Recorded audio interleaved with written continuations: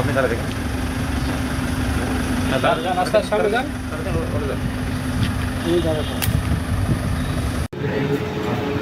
রিপন ভাই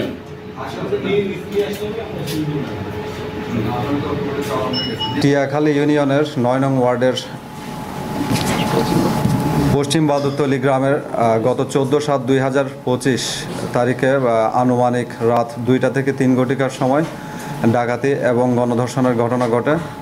এই ডাকাতি এবং বর্বর গণধর্ষণের ঘটনা ঘটে হচ্ছে জনাব তরিকুল ইসলাম, জনৈক তরিকুল ইসলামের একতলা বিল্ডিংয়ের বসতবাড়ির মধ্যে।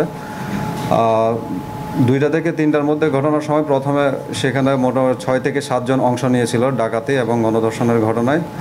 পরবর্তীতে আমাদেরকে খবর দেওয়া হয়, স্থানীয় জনসাধারণের মাধ্যমে থানা পুলিশ খবর পায়। থানা পুলিশ খবর পেয়ে সেখানে থানা পুলিশের 3টি টহল টিম সাথে সাথে গিয়েছিল।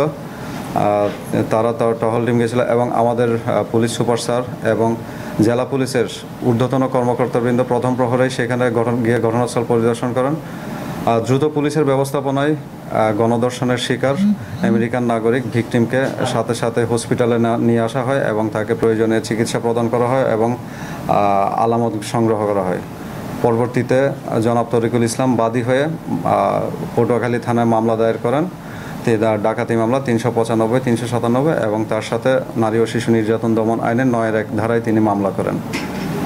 এর প্রেক্ষাপটে শুরুতে হচ্ছে 6 থেকে 7 জন ডাকাতিতে অংশ নিয়েছিল, তারা ওই দিন রাতেই 14 তারিখের আগে 13 তারিখ রাত 8:30 থেকে 10:30টার সময়ে যে ভিকটিমের পরিবার তার অপোজিটে একটি পরিত্যক্ত বিল্ডিং আছে, একতলা বিল্ডিং, সেখানে তারা একত্রিত হয়ে তারা পরিকল্পনা করতে থাকে। পরবর্তীতে তাদের মধ্যে 3 থেকে 4 জন সদস্য গিয়ে ভিকটিমের বাড়ির বারান্দার গ্রিল কাটে এবং তাদের সাথে ছিল এই সময় রেঞ্চ ছিল, সেলাই রেঞ্চ, তার 2টি শাবল ছিল, স্ক্রুড্রাইভার ছিল। তারা গ্রিল কেটে আসার পর তারপর আবার তারা পরিত্যক্ত বিল্ডিংয়ে ফেরত আসে এবং তারা সবাই মিলে যায়। এর মধ্যে 4 জন গ্রিল এর মধ্যে দিয়ে ভিতরে ঢুকে পরবর্তীতে তারা কেচি গেট ভেঙে ফেলে, শাবল দিয়ে কেচি গেট ভেঙে বাকি 2 জনও পরবর্তীতে ভিতরে প্রবেশ করে। সেখানে প্রথমে যে রুমে যায় সেখানে হচ্ছে বাদীর বোন, বাদীর মা এবং বাদীর বোনের 2 বাচ্চা ছিল। প্রথমে ওই রুমে ঢুকেই তারা বাদীর মাকে হাত পা বেঁধে ফেলে, বাদীর বোনেরও হাত বেঁধে ফেলে। এই সময় বাদীর বোনের যে 2 বাচ্চা ছিল তারা চিৎকার করে চেঁচামেচি করে। তার চিৎকারে পাশের রুমে যে তরিকুল ইসলাম বাদী ছিল, বাদী এবং বাদীর ওয়াইফ ছিল, তিনি রুম থেকে বের হয়ে আসতে গেলে ওই সময় তাকে ধাক্কা দিয়ে তাকেও বেঁধে ফেলে, তার হাত পা মুখ এবং চোখ বেঁধে ফেলে।